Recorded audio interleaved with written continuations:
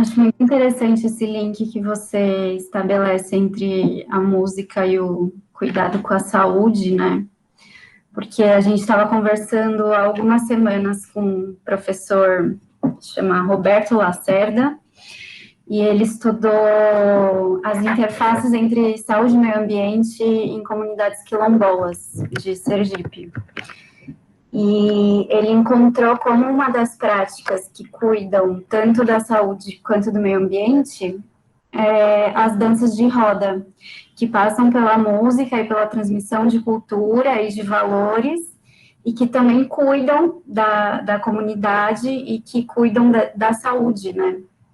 Então, mesmo que nessa cultura massificada, ocidentalizada, né, a gente tenha talvez essas escutas mais passivas de música, sem pensar de onde vem, de para onde vai, e só consome dentro da lógica de mercado, ainda existem hoje, né, essas culturas que resistem e que têm essa relação que é outra, né, totalmente, tanto com saúde, quanto com o meio ambiente, quanto com a música, né?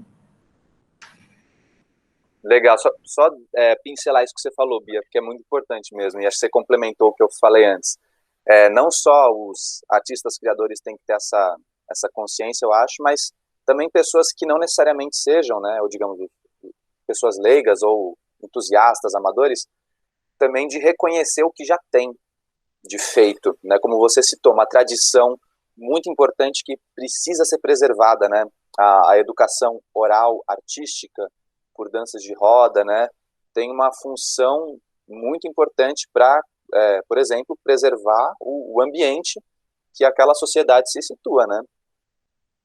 Com certeza.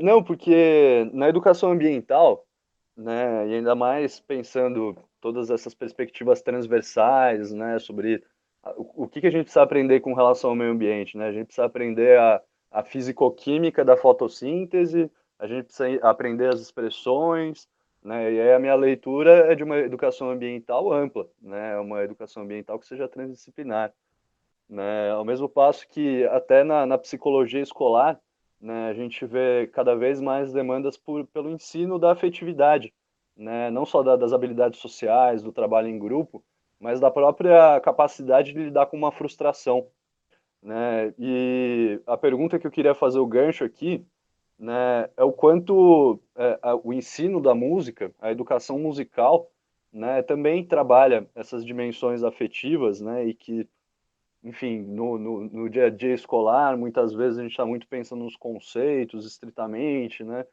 Como que você vê isso na prática do ensino musical, né? Até na educação ambiental, possivelmente, como é que seria uma inserção? Massa, cara.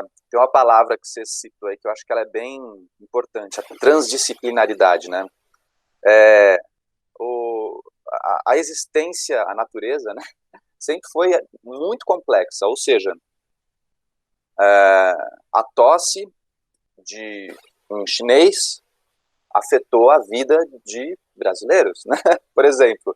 Ou seja, fatos que aparentemente não têm nenhuma relação, cedo ou tarde vão se manifestar, né? Em lugares que a gente não esperava. E o mesmo a gente pode dizer pelo estudo, né? Os estudos, eles sempre vão se encostar em algum momento, né? As esferas de conhecimento sempre vai esbarrar em outras áreas de conhecimento. E é muito importante que a gente tenha essa consciência, porque tradições antigas, né, principalmente talvez religiões pagãs, pré-cristãs, ou budismo, taoísmo, sempre levaram muito a sério essa interconectividade. O Ocidente perdeu muito isso nos últimos milênios e a gente está resgatando agora, né, nas últimas décadas. Eu vejo isso como algo bom, mas um pouco imperativo. A gente está vendo um pouco tarde, para falar a verdade. Eu acho que quando a gente se propõe a estudar algo, a análise é fundamental. Assim, na parte teórica, é muito importante que a gente separe tudo que está em volta para a gente poder focar no que está acontecendo aqui, seja num laboratório, numa sala de estudos, né? Então a gente isola o máximo possível de variáveis para ver, né, dar um foco no objeto de estudo. No entanto, teoria é um braço do conhecimento. O outro braço é a prática. Acho que na hora que a gente vai aplicar esse conhecimento, a gente tem que lembrar que as variáveis existem, lembrar que todas as interferências vão acontecer na hora que esse conhecimento analisado, separado, voltar para o meio, né? E eu acho que esse foi um vacilo da humanidade nos últimos tempos, de achar que aquilo que a gente separou no laboratório vai continuar separadinho na natureza, sem nenhum impacto destrutivo. E acontece, né? O plástico, por exemplo. O plástico é algo que, a princípio, vem da natureza, mas ele é altamente sintetizado, separado de outras partes no laboratório. Quando ele volta para a natureza, ele não consegue se reinserir, né? No caso acho que eu fugi um pouco, né? Mas que você estava dizendo como que essa transdisciplinaridade, esse conhecimento, né? Na caso das aulas de música, como que a educação musical pode ser importante. Ela é muito importante. Inclusive, em 2008, se eu não me engano, o Brasil, né, conseguiu efetivar uma lei que é obrigatória em todas as escolas públicas, né, em âmbito federal e estadual, o ensino musical, porque relembraram que o estudo e a prática de instrumentos, de história da arte, a gente tem uma outra perspectiva de humanidade quando a gente vê a história pela perspectiva artística, né? E quando você se propõe a estudar um instrumento, você não necessariamente tem que ter um instrumento, um violão, né? Você pode usar o próprio corpo, é o primeiro e maior instrumento que a gente tem. Então, o canto é algo que é um processo de autoconhecimento muito grande. A educação rítmica, né? Batuques, também indiretamente, interdisciplinariamente, transdisciplinariamente, interfere também em outras formações educativas, né? Por exemplo, a gente pode atribuir o conhecimento rítmico, né? Que é aparentemente um estudo puramente musical. Quando a gente se dá conta, a gente aplica a rítmica no nosso dia a dia, né? O nosso trabalho tem ritmo, né? A nossa rotina, dia a dia, o nosso relógio tem ritmo, né? Nosso corpo, nosso relógio biológico interno tem um ritmo.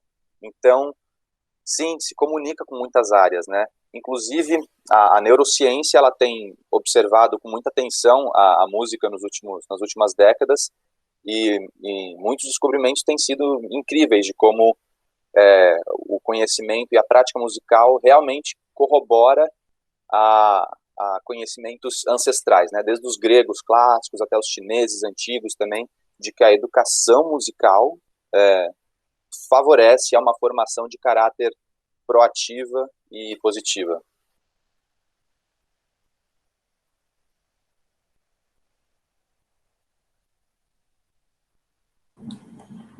Muito legal. E, bom, já caminhando aqui um pouco para o fim, né, a gente queria perguntar também um pouco sobre como que é a pesquisa na área da música, né, então, quais são as áreas de conhecimento envolvidas, como se desenvolve essa pesquisa, né, essa parte um pouquinho mais acadêmica. Massa, legal. Eu vou falar, assim, já com uma licença de que eu não sou formado na área, né, academicamente.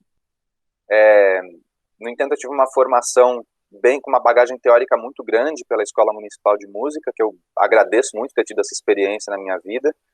Então, não foi nos moldes acadêmicos, mas eu tive bastante essa bagagem. E mesmo eu não participando da formação acadêmica na música, eu, por conta, fui pesquisando algumas coisas, né? Então, tem muitas áreas que a música, na pesquisa, pode se ramificar, né? Tem a própria história da música, né? A musicologia, que é, digamos, o estudo mais teórico e aprofundado da música, né? E as suas funções mais excêntricas que ela pode ter, sua manifestação também, em diversas outras áreas, né? Musicologia seria, digamos, o estudo da música por si só, né? E como que ela transborda na vida humana. A etnomusicologia, que seria, digamos, essa área, só que sempre tomando como perspectiva diversas culturas, porque é uma coisa a gente falar, a música é tal coisa, e a gente esquecer que a gente tem um viés eurocêntrico, né? Se a gente vê o que é música por uma tradição de matriz africana, por exemplo, ou da Ásia, né, do Extremo Oriente, muitas coisas são semelhantes, mas outras são muito diversas. Então, a etnomusicologia é uma área muito importante para ver essa pluralidade, né, musical. Tem a licenciatura, né, que é basicamente como você ensinar bem e transmitir esse conhecimento, essa bagagem para salas de aula, etc., né, transformar isso num projeto de ensino, né, isso é muito importante, por exemplo, se alguém quiser escrever um projeto para redes de escolas, por exemplo, né, como ser efetivo nesse ensino, né. Tem também as partes não tão diretamente relacionadas à música, mas que ainda assim dialogam, como é o caso da neurociência, que eu comentei. Se eu não me engano, existe um ramo de pós-graduação que é de música e neurociência, porque realmente a música tem se demonstrado muito, muito bacana assim, para o cérebro do ser humano. Tem um videozinho do TED que eu até recomendo, talvez eu possa ver na edição aqui, eu colocar o link desse material, que mostra com uma animação super simples como que, praticando música, né, o nosso cérebro começa a pipocar, parece fogo de artifício, né?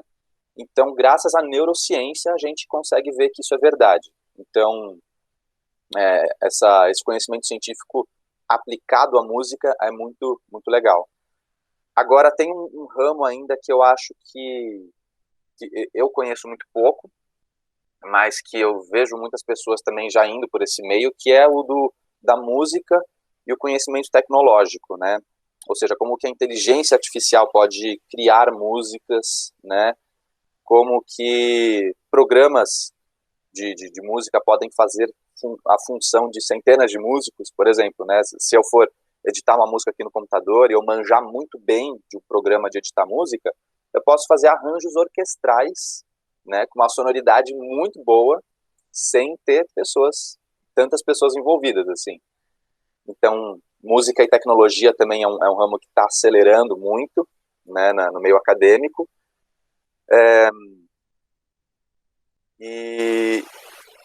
Bom, acredito que esses sejam os principais ramos, assim, né, da música no meio acadêmico. Como eu disse, eu não posso falar muito profundamente sobre isso, porque eu não sou do meio acadêmico, apesar de eu incentivar muito.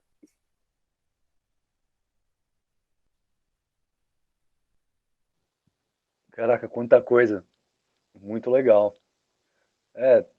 Acho que aprendi muito. Queria te agradecer pela presença, pela disponibilidade, pelos comentários. Foi uma aula, né? Enfim, gente, queria comentar para vocês, acompanhem o trabalho do Pedro, né? Toda essa sensibilidade que vocês viram aqui, ele também transpõe na prática dele. Então, por favor, vejam, vejam mais aqui. Eu estou ansioso já para fazer a edição do que a gente conversou, para pescar o que eu tenho certeza que eu ainda não consegui aprender, né? E da minha parte é isso, gente. Se vocês quiserem fazer comentários finais, a gente já pode ir encaminhando.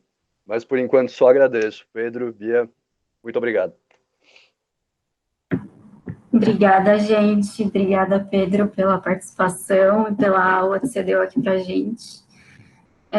Você comentou no começo, acho que você tem um Apoia-se, né?